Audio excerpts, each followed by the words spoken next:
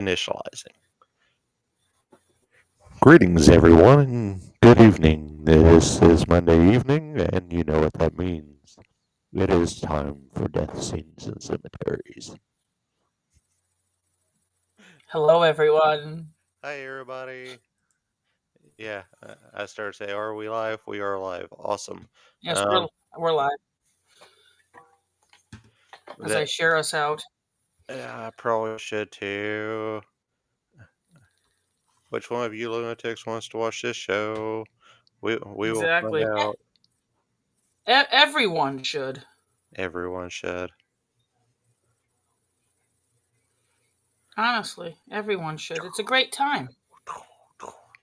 It is. It really is. Oh, I almost missed one. That wouldn't be good.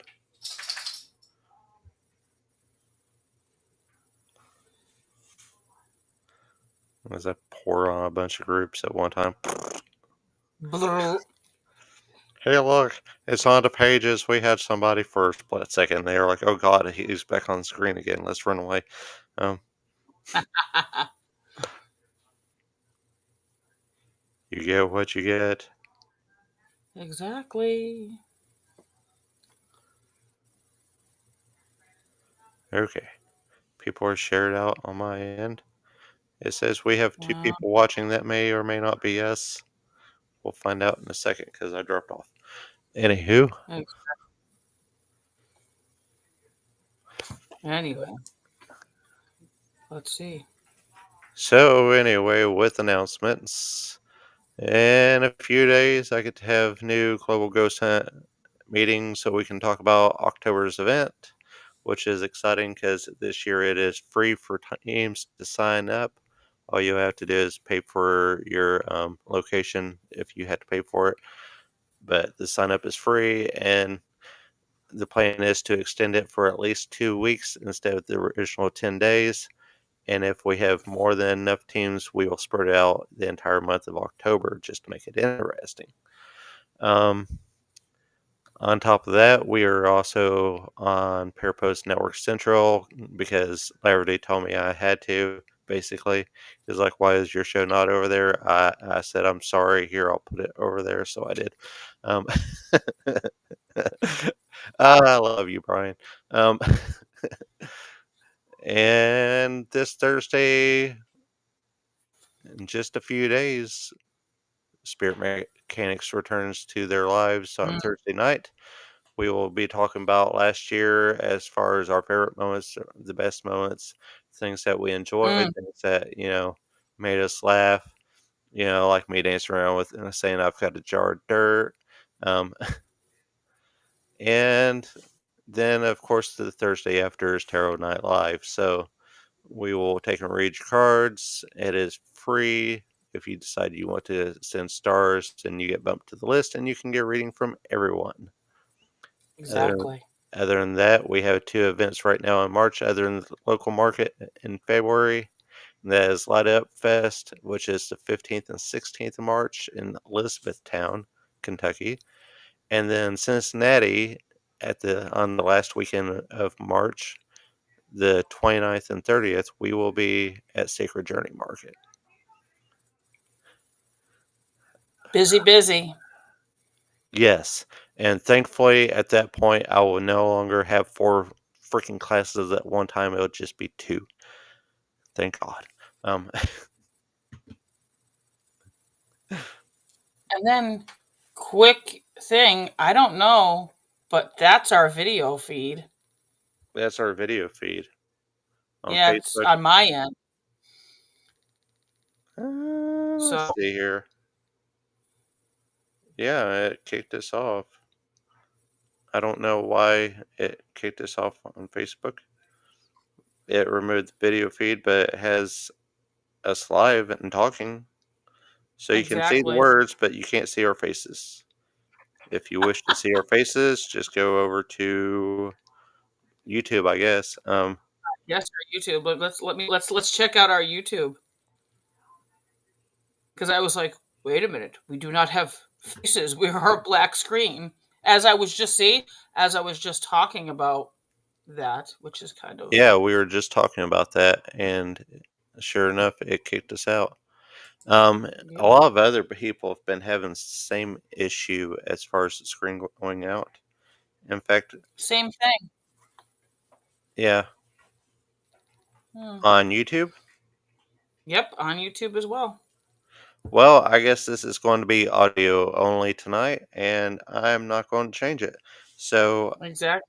thank you all for listening in, and I Hmm. apologize you don't get to see my beautiful face, but it is a blessing and a curse all at one time. Because one, you don't get to see the faces that I make, but two, you don't have to look at my face.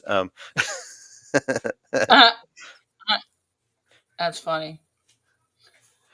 But I've already committed. I've already started the viewing, and we are going to watch it regardless, and do it Exactly. regardless. Exactly. And as long as they let my voice play, I am not going to stop. It is an 18 plus show. I will say that for adult language and content, especially based on the Mhm. discussions that we have that mention serial killers and deaths in highly gruesome movies and all All fun around stuff. macabre. Yes, all the fun stuff. All the fun stuff. So, Mr. Bundy Part 2. Mr. So Bundy we Part left 2. off. We left off um, about 1969. Um, when he's just actually sorry, yeah, 69ish, maybe 70, when he's with Elizabeth, and we were talking about Molly, Elizabeth's daughter. Um, she's actually written about some incidents between her and Mr. Bundy, um, things that happened to her as well, and they were called accidents or games. So, Yep. um, so we're like, so now 1970 comes. He's got this like new ambition. He's hot. He's ready to roll. Like he's fired up. He's goal oriented. He's focused after what he did prior to that, which was basically tell his first ex girlfriend that he kind of got back together with, while also dating Elizabeth at this time. Um, and basically said, I don't feel like being in this relationship with you anymore. So it's like kind of that, now you know how I felt.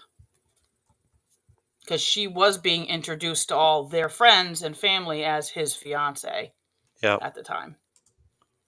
So, um, so after all that, he's goal oriented. He rolls into UW, but this time as a psych major. And this is also the time that we had talked about briefly. In 71, he takes a job at the Suicide Hotline Crisis Center, and he meets Anne Rule, which wrote, I would say, the first biography that on him that was actually good Yeah. to read and is interesting.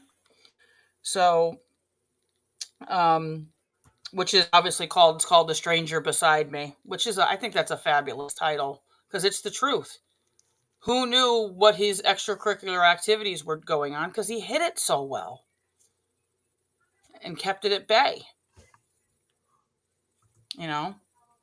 Um, and then like her number one question that's always asked, she says, is that she saw nothing disturbing in Bundy's personality at the time. She described him as kind and empathetic, Yeah. because you know, and you have to be also working that phone number. I mean, you have to be kind and empathetic and a He good was person. able to take and connect with those who called in to the Mm-hmm. suicide hotline and was able to help people, which is such a fascinating turn. Mm-hmm. It is. So he graduates in 72. Now we get into this. I call his political affiliation, wanting to be, so obviously somebody of substance, which is if you look at other serial killers like Gacy, he got into the political arena too as well. Um, He did indeed. yeah, he shadowed. Let's see, he was a part of Governor Daniel J. Evans' re-election campaign, posing as a college student, and he shadowed Evans' opponent Albert Rossini and recorded stump speeches for analysts to analyze for Evans' team. So like he was being covert operations. So which I'm sure he found exciting and felt that he was full of purpose and meaning. Um, then Evans appoints him to the Seattle Crime Prevention Advisory Committee. This is, I mean, knowing what we know now of him, I mean, look at what he's doing. So sometimes I think that, was he part of that? So then he had his ear to the ground, seeing what was going on and seeing if they knew it was him, possibly. I don't know. Or was he So using as a learning technique to take and learn how to not get caught? exactly. And again, Davis thought well of Bundy, described him as smart and aggressive and a believer in the system. He sure did. So he sure did. Because in 73, despite, because he has to take his LSATs, which that gets you into law school. So like he barely gets into law school at the University of Utah, but he gets in because he has letters of recommendations, of prior people like Evans and Davis, his political stint. So, I think that's which, we all know, which then in turns what happens. He is his own attorney at his own trial, Yep. you know. So, but yeah. And then like I said, so in so the summer of 73, that's when he rekindles that relationship with Edwards. So in that time period, a lot of things are going down. So in 74, that's in January of 74, he calls it quits by a phone call. She doesn't know what's going on. She doesn't know why. And I do love this quote that he says. He goes, I love it. In a calm, flat voice, he replied, Diane, I have no idea what you mean. And he hung the phone up, and it was the end of it.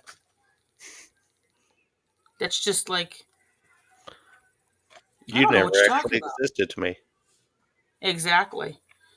Um, But then Bundy later explained, I like this. He goes, I just wanted to prove to myself that I could marry her if I chose to. Yes. So, but something happens.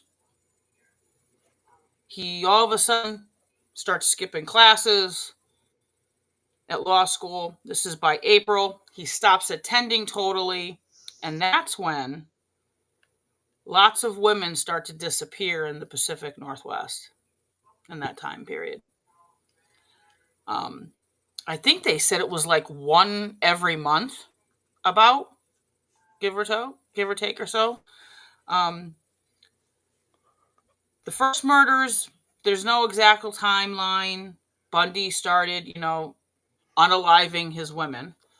Um, he's told, like we've said before, told multiple different stories. No, nope, I was here in '69, and this is where, this one is my first one. No, no, no, no, that's not my first one. Pennsylvania is my first one. Um, so he's never really divulge the specifics on his earliest crimes, which would match, which we talked about before, was he didn't ever really wanted to talk about the ones that were close to home. Young, possibly of younger age, and or family members. Like that was like his I remember an interview with him saying like three things that, he doesn't want to talk about them if they tick all three of those little things that he has. Yep. Um, but he did do his attempt first kidnapping in Ocean City in Jersey in 1969. So we've at least started something in 69. And that's also when he's in Philadelphia. And of course, the So, story about New York City. and then of course, New York City with Debbie Harry. I mean, it fits the timeline. I mean, he's not that far. He's not that far away. Going for a fun time in the city, bored, driving around, and why not? Let's see what happens.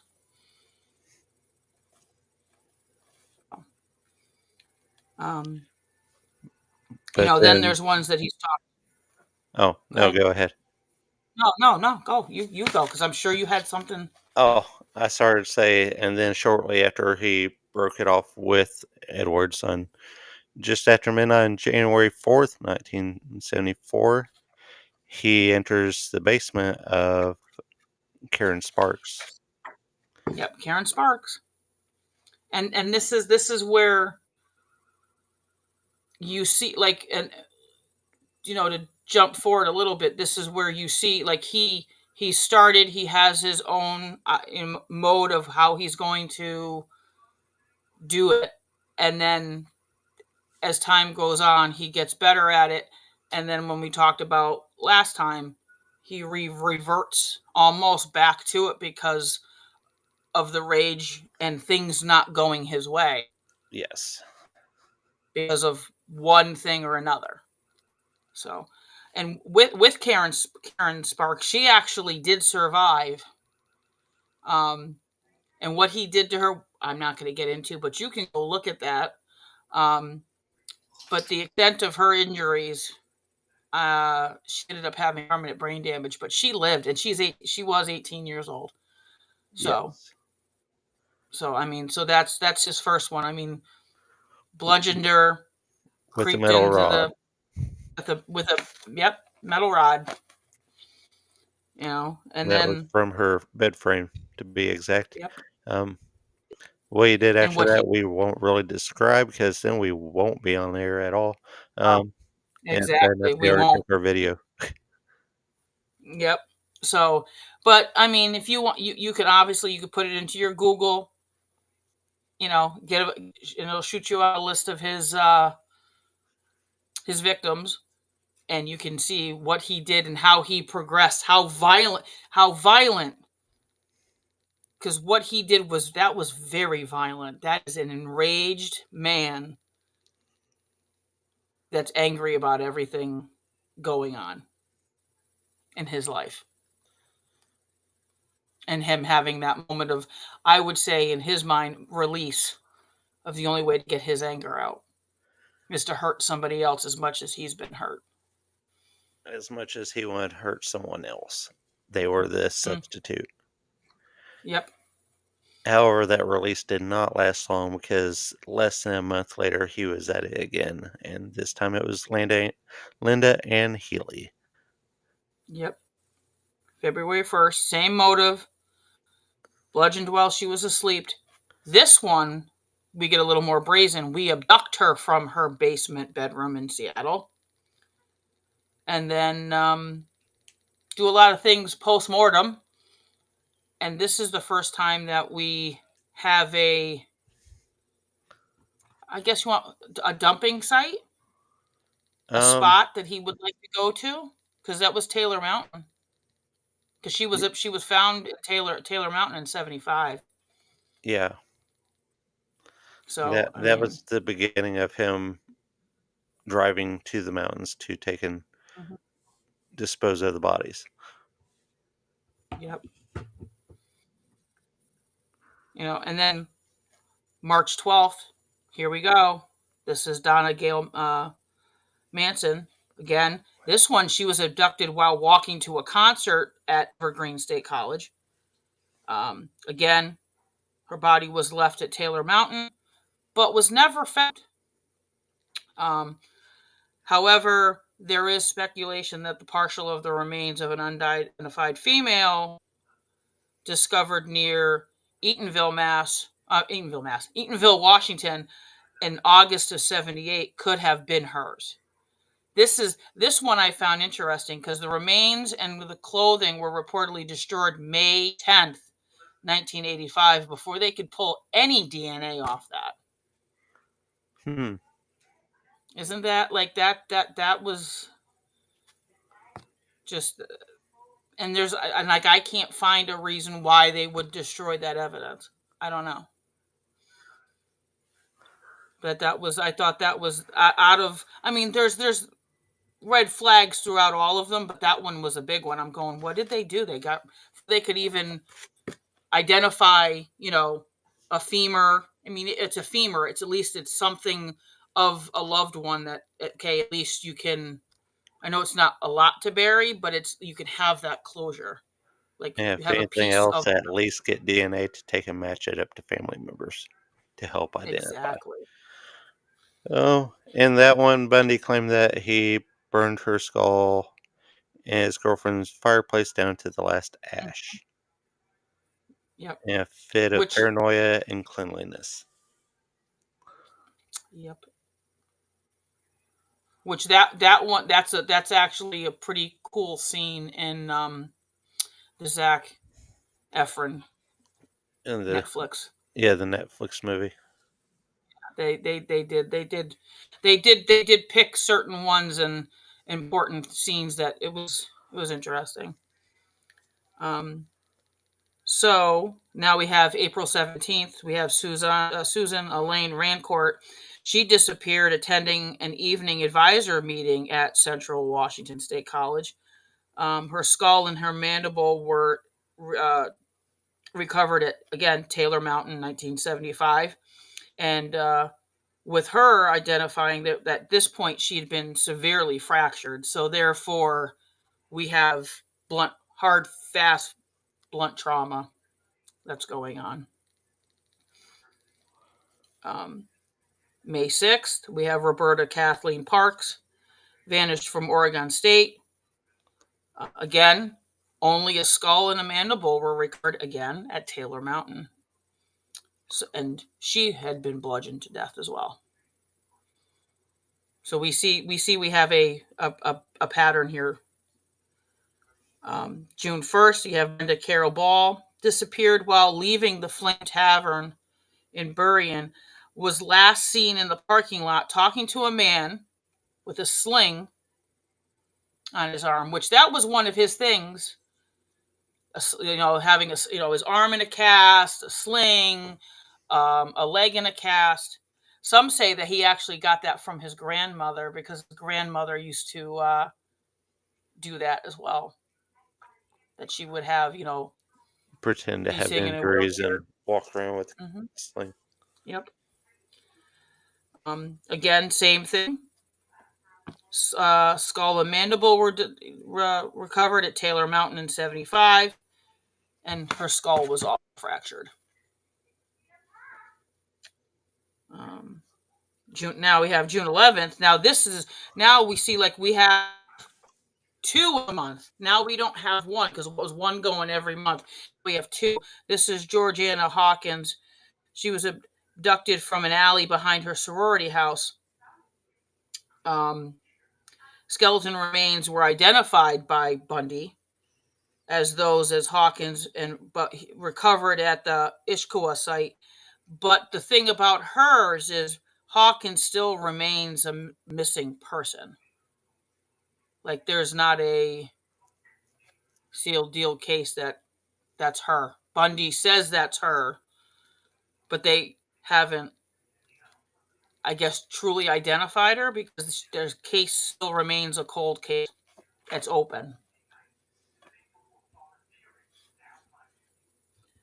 Then we have July 14th. You have Janice, and she's this is the one that was broad daylight, brazen broad daylight, abducted at Lake Shamira State Park in broad daylight, and was last seen a park with Bundy, who had asked for assistance with putting his sailboat on his car because I think that's none. He had his arm in a sling.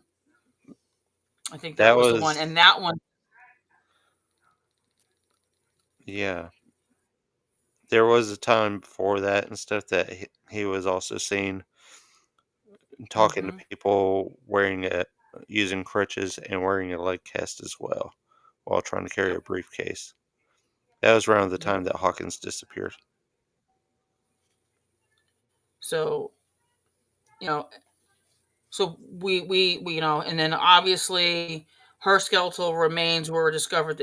Now we've changed dumping sites because it was Taylor Mountain. Now we're at the Ishkawa site, and and that was in '74. They were found in '74. Even more brazen. Now it's not only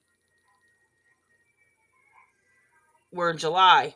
We're going after another one shortly, and he says 4 hours later after op from the Lake Shamiris State Park. She was last seen walking towards the restroom. So, and her remains were found also too at the Ishkawa site in '74. So it's two broad daylight. We must felt real comfortable to go do this.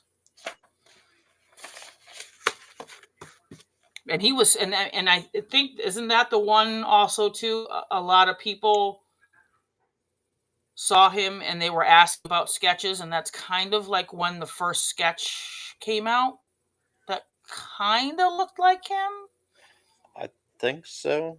I think so because that's when his girlfriend that he's living with his stepdaughter Molly, um, she starts getting a little paranoid because she even sees the picture and she's like, "That's Ted. That's Ted." I mean, could you? I don't even know. I couldn't even like fathom like having being in that predicament with a single mom with a daughter and going, this man is wanted in suspicion of kidnapping and other things. Yeah. It's kind of scary, you know. And but then stays. But then again, I can understand because he's a smooth talker and he cares about her and her daughter. So Yeah, he's never shown any tendencies toward them at this point. nope, So nothing. it's like, is it him? Because it looks a lot like him, but this isn't the man that's in the house. This isn't how he Exactly. acts here. Mm-hmm. So now, so that's 1974. We're still going, but now that was all in Oregon. Now we're in Utah. October 1st, we have Nancy Wilcox last seeing her home at 9 p.m. in Holiday, Utah, after getting into an argument with her father. Body was buried, according to Bundy, near the Capitol Reef National Park, um, which is like about 200 miles south of Salt Lake City. Her body was never recovered. Um, we have October 18th. Melissa Ann Smith, 17, vanished from Midvale, Utah, after leaving a pizza party to walk back to her home. Her body was found 9 days later on a hillside, Summit Park, Utah. Um, her This is the first time where they actually give us the murder weapon, which was a crowbar, which he carried in his car in his murder kit because he had a murder kit. Um, October 31st. So we have three in October. So October, something must have happened, triggered him to be like, I need for three in October. Um, Yeah, at this point, it's almost become basically a frenzy in his head. Nothing is satisfying this urge, mm-hmm. and so he keeps escalating more often. More often. Yep. So Laura Ann Amy, 17, disappeared from Lehi, Utah on her way home from a Halloween party. Um, her body was discovered by hikers in the American Fork Canyon, um, and she was pretty bad. I mean, they said her face was beaten beyond recognition, and she had been obviously strangled and essayed. And the and and it's not only that, like he had to have had these, and I've always for these places that he had to have gone hiking.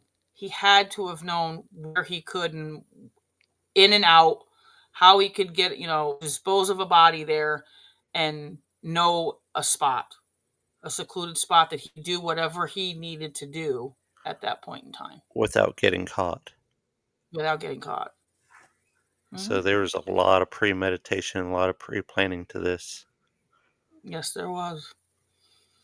Um, November 8th, we have Carol De Concha. She's picked up from the Fashion Place shopping mall in Murray. Um, this is when now we've changed our thing because now we were using slings and casts and crutches and oh woe is me, can you help me, it's hard for me to do this. He's by Bundy's disguise of claiming to be a police officer investigating vehicle begins at the parking lot. um, but with her, she escaped by jumping out of Bundy's vehicle after he inadvertently fastened a pair of handcuffs to the same wrist. So he messed up.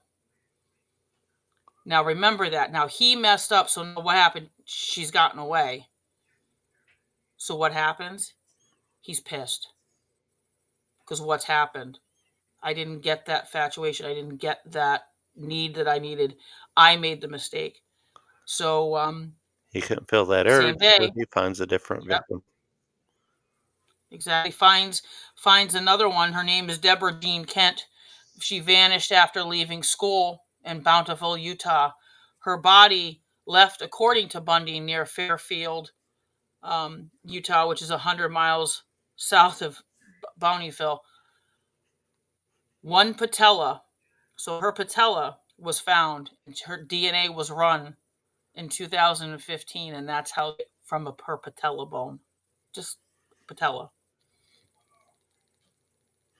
That's all they found of that poor girl.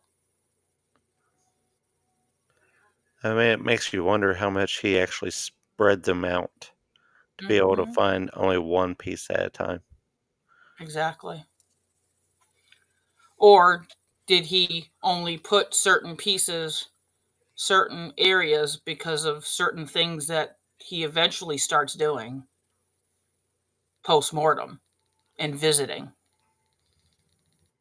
Because he starts doing that too at some point, going there and doing their hair, putting, some people said that he had even said doing their nails, painting their nails, staging them, going back to visit his scene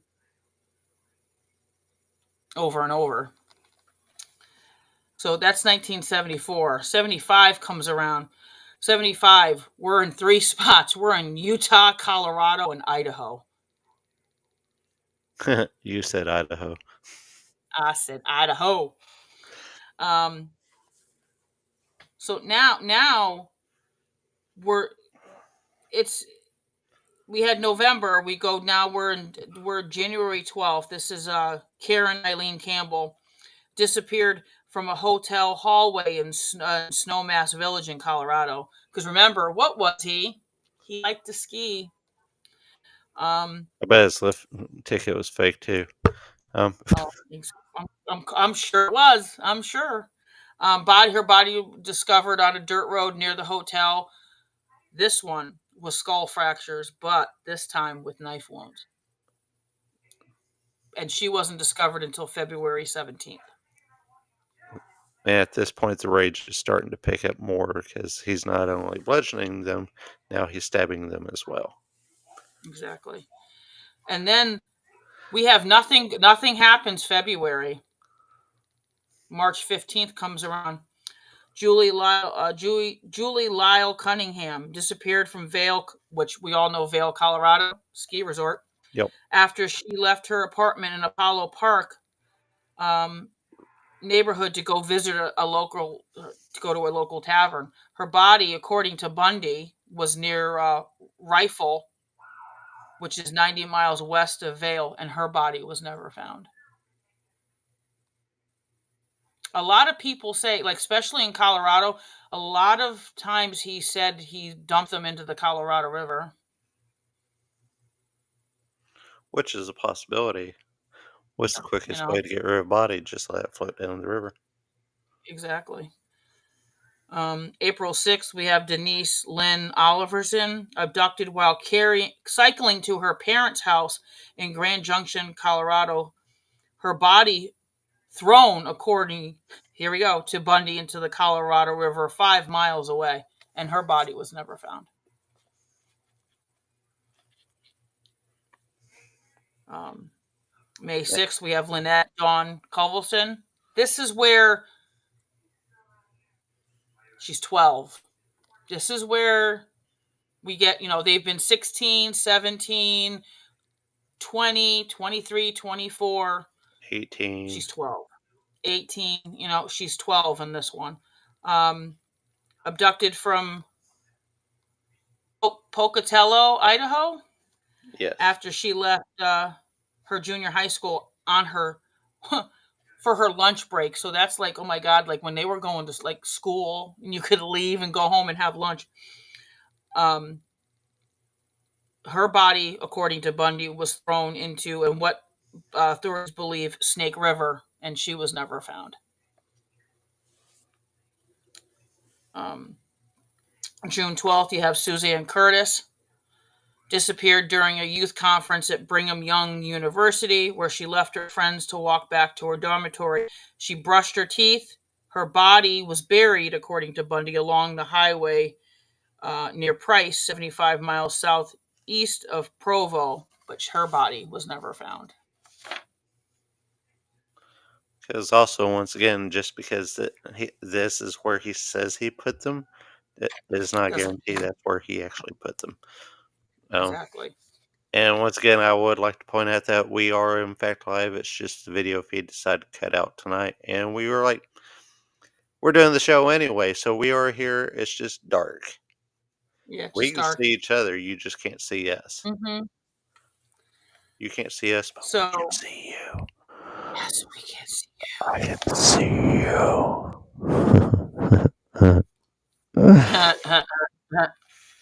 So, you. I see you from the cave. Here's my creepy So moment that's for the night. 19. Um, So that's 1875. I mean, we can continue and jump to 78 to list his, because we have 75 hits and nothing happens till 78. But in 75, um, August 16th, he's arrested, and he's in 1975. He's arrested by the Utah Highway Patrol by Bob Hayward in Granier, which is another Lake City suburb. He Hayward observed Bundy's cruising his residential area in his Volkswagen Bug in the pre-dawn hours, and this is where we get a little sloppy. We're like we're fleeing at a high speed of rate after seeing the patrol car. So like he's driving, and guy probably flicks the light on. He goes, "Oh shit!" And now he's running from evading the cops. Um, he pulls him over. This is what I love. He noticed that the Volkswagen front passenger seat had been removed and placed on the rear seats. He searched the car. He found a ski mask. Now, this is why I talk about his murder kit. He found a ski mask, a second mask fashioned from pantyhose, a crowbar, handcuffs, trash bags, a coil of rope, an ice pick, and other items initially assumed to be for burglary tools. So the cop looked at that and was like, I mean, which I get, the mask, the crowbar, to open up a door, handcuffs if you want to, subdued people. Trash bags, I don't know. I'm not looking at trash bags to go and rob. I mean, I I mean, guess if you I don't want to know. pack the stuff out, if you already have bags Yes. with you, you can just load it in the bags and pack it out. But, the officer believes it's for robbery, and Mhm. for Bundy, it's more about cleanup. So, Yep. And I love his explanation. Bundy explained that the ski mask was for skiing, which hey, you're in Colorado, okay. He had found the pair of handcuffs in a dumpster, and the rest were common household items. I mean, I guess I don't know, ice pick. I I mean, if guess. you're in Colorado, I guess. I want to clear the Um, ice off this. I mean, it's the truth. So Salt Lake City Police placed Bundy on a 24-hour surveillance. Um, Thompson flew to Seattle with two other detectives to interview Kofer, that's the girlfriend that he's living with. She told them that in the year prior to Bundy's move to Utah, she had discovered objects that she couldn't, quote unquote, understand in her house and in Bundy's apartment. These items included crutches, a bag of plaster of Paris, and he admitted to stealing from a medical supply house a meat cleaver that was never used for cooking, and additional objects included surgical gloves, an oriental knife in a wooden case that he kept in his glove compartment, and a sack of women's clothing.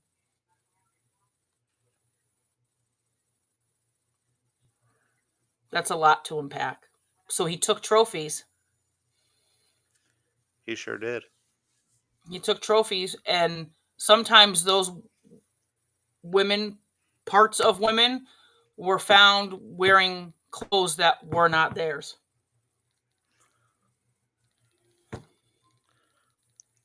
Well, Going back when you're once playing again. dress up Yeah. with whatever I mean, you in have your that you've kept.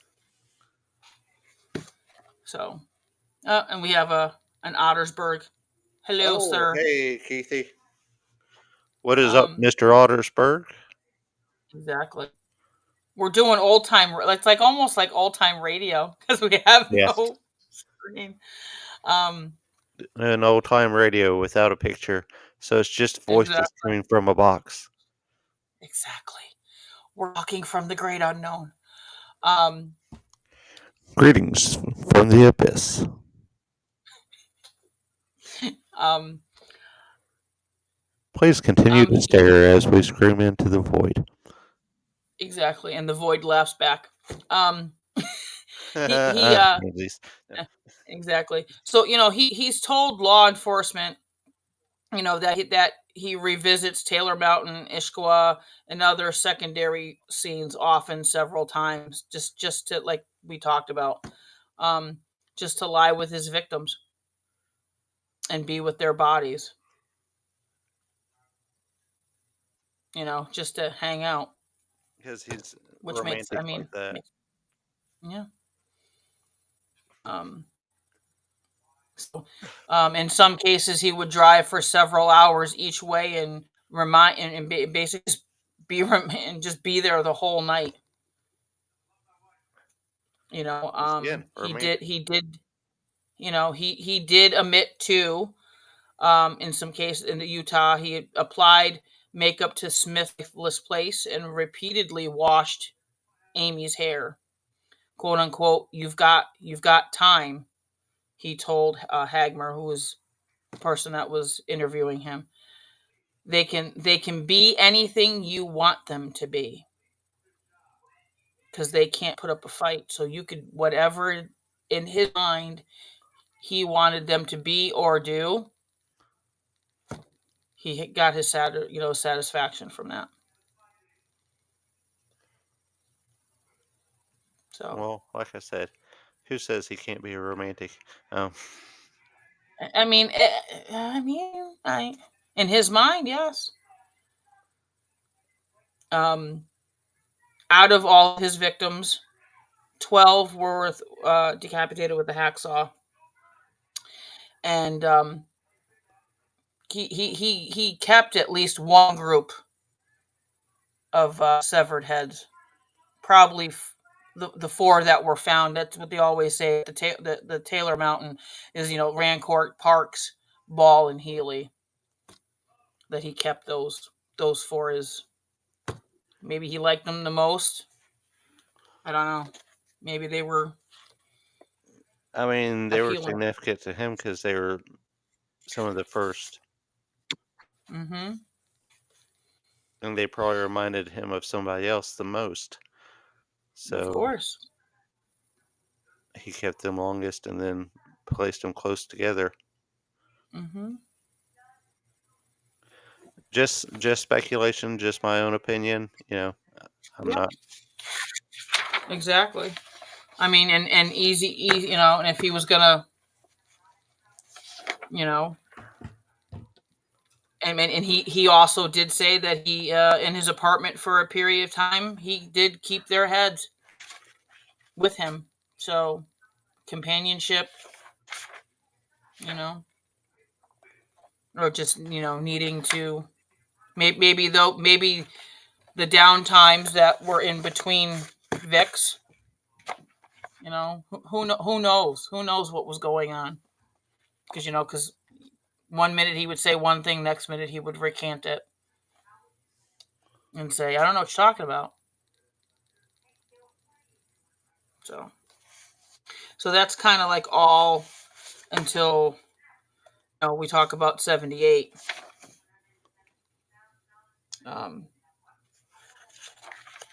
78, we're in Florida.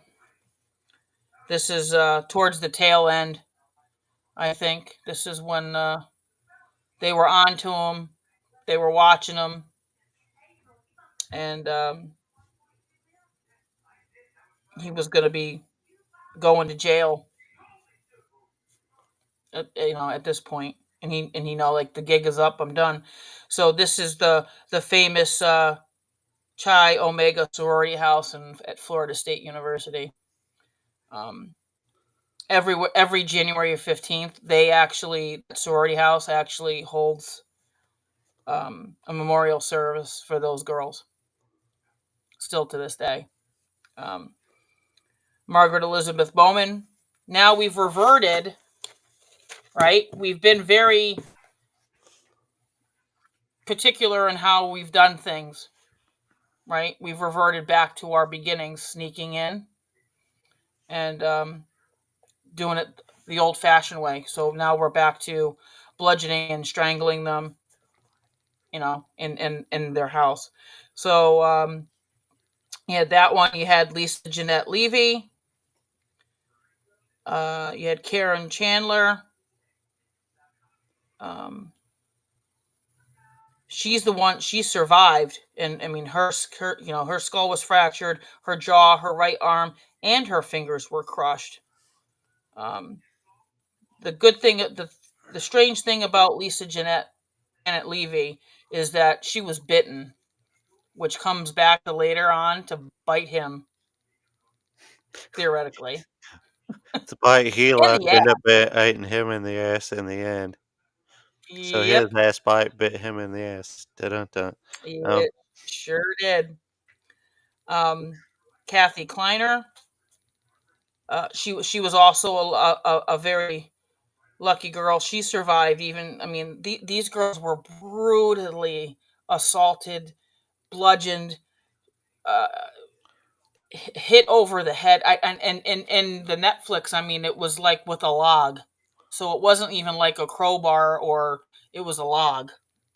it was just Um, something he found outside the house at the time. exactly. Um, and all these girls are asleep. Like, he breaks into the sorority house, they are asleep. Um, And So literally her nobody else in the house knew what was going on until the next day. exactly, Yeah, exactly. To the next morning, yeah, really. Um, with Kathy, she jaw was shattered. Her right cheek was ripped open. That's what happened with her. Cheryl Thomas bludgeoned while she slept. This one is different. This is in the same night, 8 blocks. So we have our, the the the the Chi original 4, Omega, yeah, the original four. He leaves and goes 8 blocks from that. She survived having a fractured jaw, skull, which left her permanently. She's permanently deaf in her left ear, and she's got equilibrium damage. So I mean that cluster. He reverted back to because he knew the gig was up. There was no charming, nothing. He knew the gig was up. He knew it was done yeah. for. From the time that he escaped jail the Mhm. first time until this time, he had become even more unhinged to the point that he was like, "At this point, I know I'm going to get caught again," and it just enrages him more. So he goes on this, very rapid killing spree. I think I read it somewhere. I think 45 seconds to maybe like 3 minutes. All that. 15 minutes he was inside the sorority house, 50, and he was within shouting distance of 30 other people, and no one heard a thing. nobody heard a thing. He was that quick. He came in, smashed them before he did anything else. Hmm. And I know going to college and being in a sorority house, like rooms, you do have roommates, and like in and out.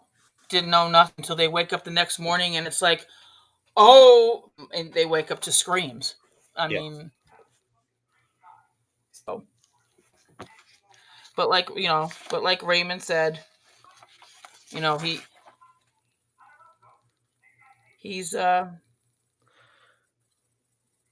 he's he's his. But then we also have ones that are unconfirmed, also too. Um, he remains suspects in several unsolved homicides, disappearances, and is likely responsible for others that may never be identified. yeah, Uh, in '87, he had stated that there were quote unquote some murders that he would never talk about because this is what I talked about before because they were you would never talk about because they were quote unquote too close to home, quote unquote too close to family, or involved victims that were very young. yeah, So, um, you know, he and when he did eventually get jail time and was in there for the death penalty, the list of state like I never like I knew of some, but a lot of these states, there were New Jersey, Vermont, Illinois, Texas, Florida. They were just inundating him with open cases, and he was entertaining them, you know, and giving them information so like these people could come find you know so and so's daughter, so and so's sister, and and get these closed cold cases off their books. And like we talked about, he provide directions and later would prove to be what inaccurate. Did he do that on purpose, or like we've said before, is he doing this because he honestly truly doesn't remember? He obviously he did the crime, but maybe he doesn't remember because he always did talk about the evil that was inside of him, which is a common theme with a lot of our other guys. That they either have a you know another personality or they have some evil dark entity that's in them that causes them to do this and they don't remember. And one interviewer actually even said that whenever Bundy started talking about the things that he had done, he spoke about it in third person as if he's, you know, talking at it from a different perspective. And the whole time he was talking, his blue eyes turned black. Yes, that video, that interview, also do his face structure changes too. If you see that, so I mean, It's an interesting situation. It really is. And of course, there mm-hmm. was the final murder that got him caught, which was Kimberly Leach, who was 12. That's really, yep, She left school to go get her purse and never made it yep, back. And shortly after that, Bundy was captured and basically foiled his own defense, basically because he wanted to prove that he was smarter than everybody else and still wound yep, up yep, getting life. So, well, getting exactly. put on death row. I And a mean, lot of I it was mean, basically out of spite and unwilling to trust others to take care of it. exactly. And what are the famous quotes that I like from that? The judge is like, "I'm really impressed with you. Could you imagine if you had decided to actually be a lawyer and not do this?" Like he was really impressed with how Bundy, you know, presented himself, and and he would, in one of his, um is that the Colorado one? Yeah, that's the Colorado one that he jumps out he jumps out the window. I mean, they unshackle him and they got So the he could, security quote guard that's unquote, outside. do research for his own defense Yes, I mean, and he and jumps snuck out the window. out the window. Yep, yep, snuck out the window, and you know, and all else with him, if he had just decided to go a different direction, he probably would have got away with it. I mean, Because in he got lost in the 84, forest. where prison guards found two hacksaw blades hidden in his cell and a steel bar in one Hmm. of the windows had been sawed completely through at the bottom and top and bottom and glued back into place into the homemade soap-based adhesive, showing that, he was still trying to break out of prison. Yep. I mean, and then he I guess call one other time he tried to attempt to break out. I mean, he went on a hunger strike so he could jimmy through the air vent in his cell. Yeah. You know, so it's he's a smart cookie. Um, In some 84, he of the also interesting offered things. to take and help identify and find the Green River Killer, Gary Yep. Ridgway. So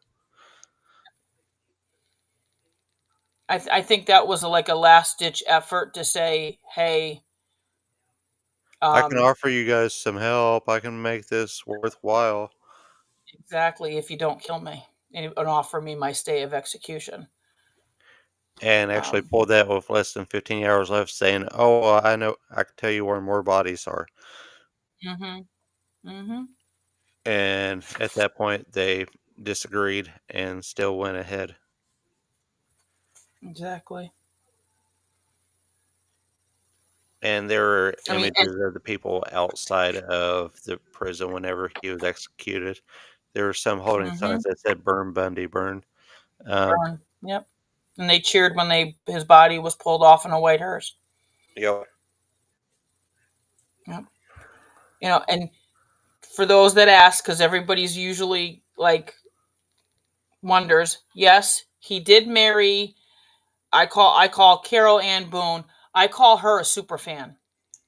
I yes, really, really, really do super fan. Um, she was already a single mother of two when she met him.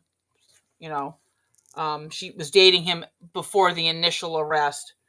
Um, they wedded in a courtroom during the penalty phase of his trial. He Like proposed right to in the her middle of the trial. right in the middle, like turned to her and said, "Hey, like let's get married. Like let's do this. Right now. Like cameras are rolling. Let's do this." Um, so he proposed, and she accepted in the presence of the judge. Which, guess what? In the state of Florida, was a legit wedding. See, so he because of him being in pre-law, he knew the ins and outs. That's why that judge would say, if you would have just behaved, you would have been a pretty damn good lawyer, and it would have been nice to see you do it. Yeah. Um, you know, she gave birth to his daughter Rose in '82, um, and she was named Bundy after her father. But Bundy always he claimed her, but didn't claim her because paternity was always a question because he wasn't allowed visits in prison.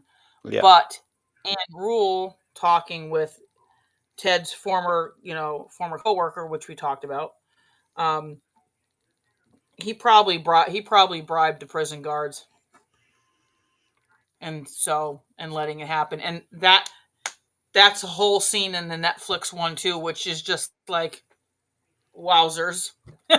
like wow, okay, we're going there, okay. Um, but Boone eventually did realize that Bundy was guilty of his crimes, and she divorced him in '86. Um, that's according to Anne Rule's book. She moved to Washington, and not much is known about Rose, also known as Rosa, today. It's believed that Boone changed, their names, and they stayed out of public eye. But I think she did recently. I'm not 100% sure. I think she did for a hot minute. She did recently step out Yeah. into the light a little bit. Rose Yes. Bundy did. Um, this quote is, "I don't want to know where they are." Because Anne Rule said this. "I don't want to know where they are. And I never want to be caught off guard by someone's reporting a question about them. All I know is that Ted's daughter has grown up to be a fine young woman, so she didn't end up like Daddy." No. Um, so, And I I do mean, find it interesting that, he's not the only one that had a super fan who wound up marrying him because, Richard Ramirez and his wife, she was a yep, super fan. She was an editor for a teen magazine. Um, like that, just like like it just both of like the Bundy. Menendez brothers are married. Yes, just yep, Charles Manson was married more than once before he yeah, passed. So, it's still such a fascinating thing. it is. It's like an attraction to the ultimate bad boy, I guess. Hmm. I mean, that's the only thing I think I can say. I mean, like Ramirez, I don't. I mean, but that's like I joke around with everybody. I said if I was that time period, and everybody looks at me weird, and I go, I could Bundy.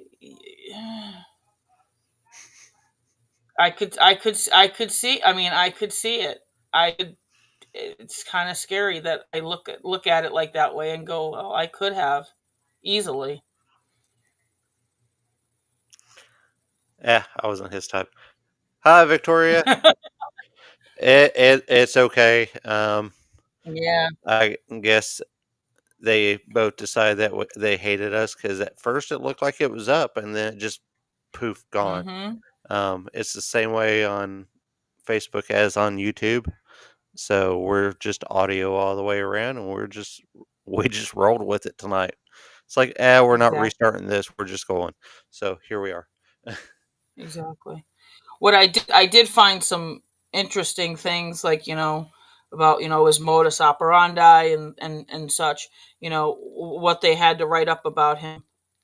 Um, I actually pulled out my college book on this. Bundy was usually organized and calculating criminal who extensive knowledge of the law enforcement and their methodologies to elude identification for years and capture. Um, Problem with it is his crime, like with others, it's not a small town or the next town over. It's a large geographical area. Um, so I mean, by the time he hit, maybe his victim count hit 20,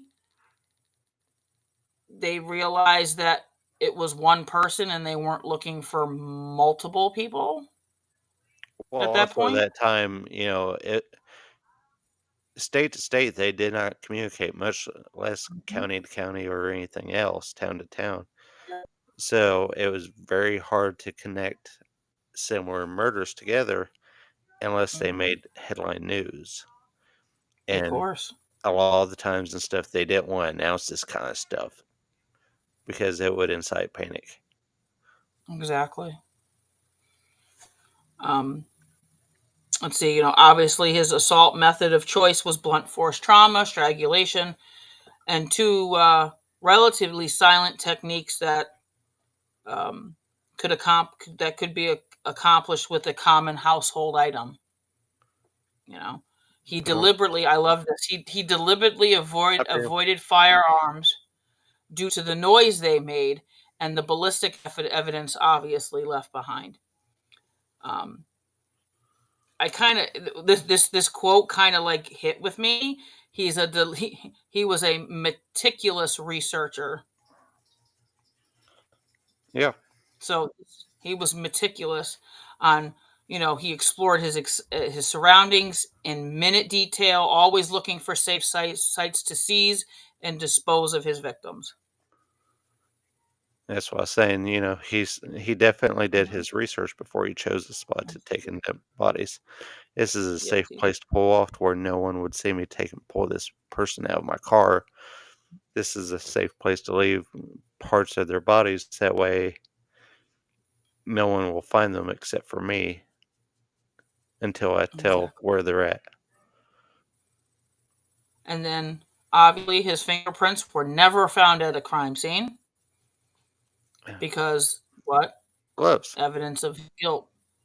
And the fact that he repeated often during the years in which he attempted to maintain his innocence. He's like, "Hey, how can you connect me to this? There's nothing of me here. But how do you say it's me? How can you definitely say it's me? I'm innocent. There's nothing.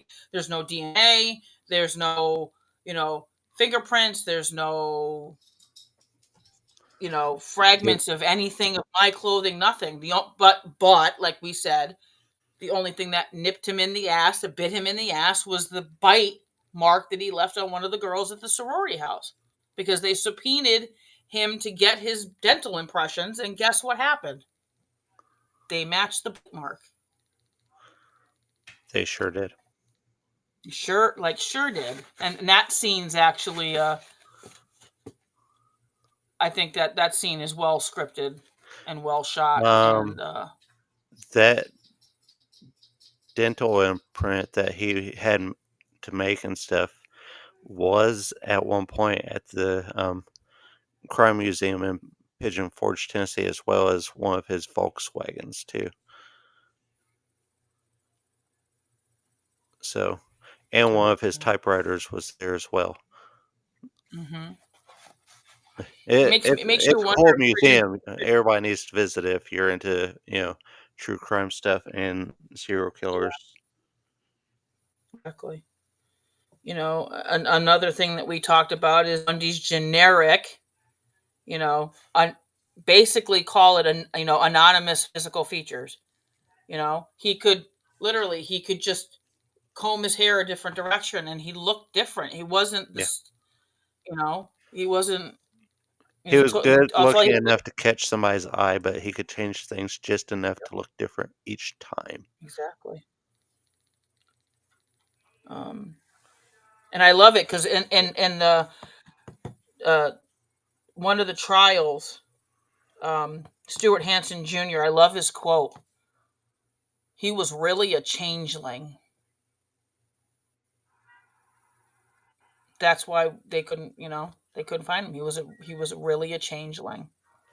Um, and Bundy knew this. Come on, you gonna tell me he didn't know this? He knew. He definitely knew because people are like, oh, that was just the luck. No, he was a very smart man. He knew he did not want to get caught. He knew.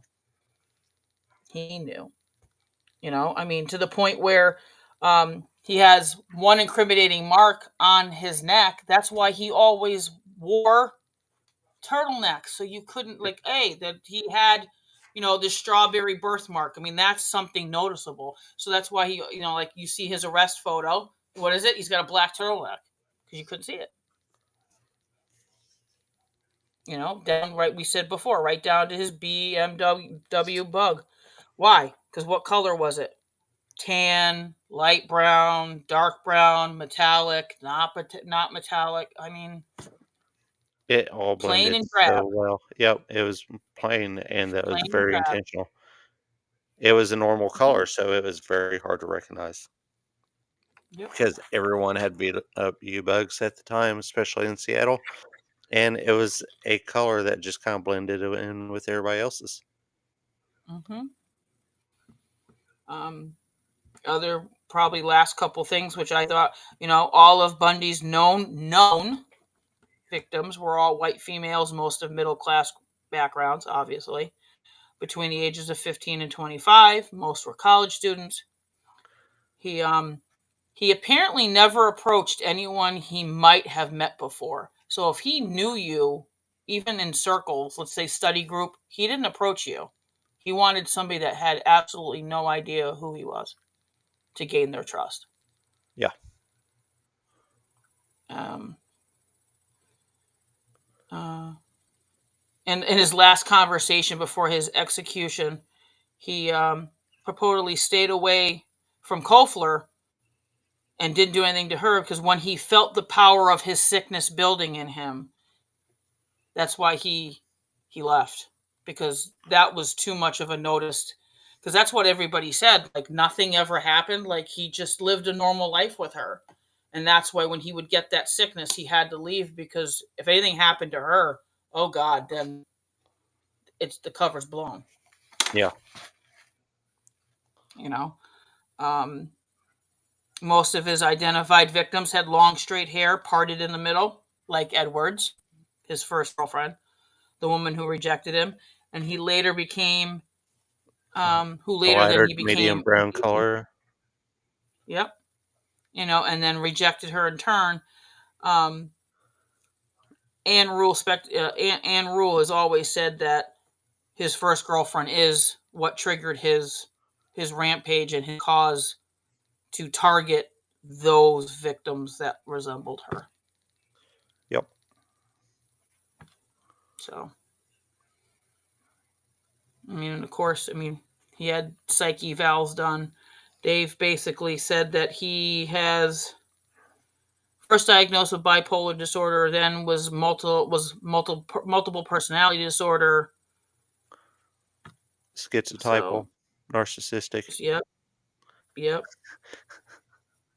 I mean, it's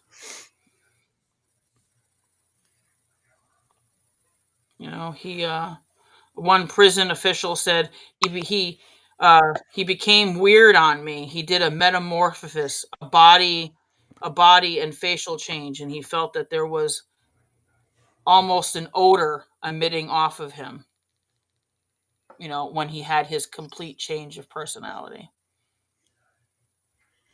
Could you Neat. imagine being that person to interview him when that shit goes down? Oh my god. I mean, I would have liked to have been that person in that room. That'd have been interesting. I mean, but to sit there and be like witness to that and just go whole like interesting, and then it's just like I get it. He was charged and he had stay after stay after stay after stay after stay. I think if he had given them more concrete evidence, I think they probably would have kept him a little while longer than what they did. I mean, if it had been more solid, here's where these people are compared to Mhm. here's Mhm. where they might be. Maybe you should go look. Mhm. Maybe you should keep me around just in case. You Yep. know, if he had been a little bit more forthcoming with the information, Mhm. he would have been able to last longer instead of empty promises, which a lot of Mhm. it was. Exactly. Um, so a psychopathy checklist, which is the PLCR. This is, you know, out of 40, he scored a 39 out of 40. Yeah, You know, but this, like I said, this man has had lots of books, lots of movies. Um, the first one, I so forgot this until I was looking. The Deliberate Stranger in '86, and he was Mark Hamill. Mark Hamill played him in that. the Joker and Luke Skywalker. Mm, and then Oh, I had to go you find had that. that's 1986, and you had Ted Bundy of 2002. That was Michael Riley Burke. You had The Stranger Beside Me, which obviously about the book. 2003, that was Billy Campbell. There was The Riverman in 2004, and that's Carrie Elves, which Princess Bride, Yeah. everyone. Um, Wish that movie was actually about the Green River Killer, but they guess where Bundy is helping to try to find him. yeah, I mean, like we said, there's Bundy, the American Icon, that was 2008. You know, there's even music for him. I mean, Jane Addiction wrote a song. Of course they did. Ted just admit it. Ted just admit it.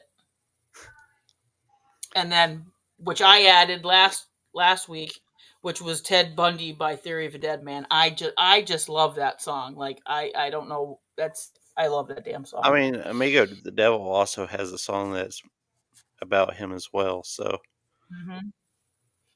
And I love this. There's a Philadelphia rock band called, because remember he posed as an officer, Officer Roseland, which is one of Bundy's aliases. So there's a Philadelphia rock band named Officer Roseland. of course, they're in Philadelphia. Of course, of course. Why not? And then like I said before, you had Ted Bundy. Then there was this resurgence with him for television, for the like the documentaries and stuff. Devil in Disguise, American Monster, those both, and then Ted Bundy, What Happened, those came out in 2017. Absolutely love Conversations with a Killer, Ted Bundy, the Ted Bundy tapes that came out 2019. That is really, really good. Yes, I And then watched that there's all one night straight. I did not stop. It was the like 3 same. something in the morning when it finished. Yep. I was like, "Oh, I should probably get some sleep now." Um, Then there's Ted Bundy, Falling for a Killer, that came out in 2020. There's also um,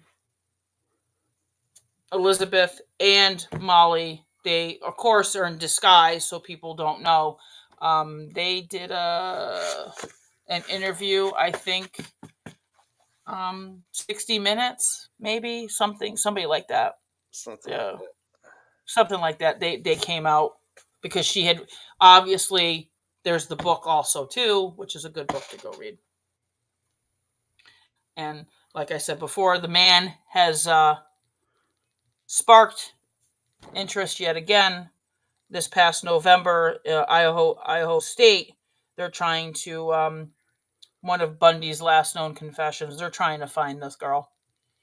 Yeah, So and then so there's that, and in April, which is the private investigator, his name's Jason Jensen, um, and he called it the Summer of Bundy because that's he's trying to find her. So it's always fun stuff. Yeah. I think at this point we've spoke about all we could really speak about Mr. Bundy That without there getting is. into gory detail, and we'd rather not do that on this show. That is for something for personal research. Mm-hmm. Um, that way, if you want to know more details, if you have a sick, twisted mind, I'd say go for it. You're okay. If not, then we we basically ran the gamut as far as his victims and MO and signatures and all that stuff. And Exactly. of course, next week we are going to talk about Mr. Jerry Brudos. Shoe fetish. Yes, the man with the shoe fetish. And Which, if you have not seen that episode, he is with Mindhunter. That's a good episode. it sure is. Kelly Um, kind of went. I introduced him to that, and Kelly kind of went, looked at me, and went, "What?" And I went, "Uh huh." yeah. Just watching. J- Jerry's a special kind of person.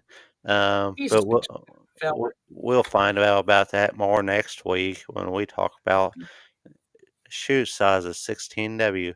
Um, yeah, Yep. and women's heels at that. Mm-hmm.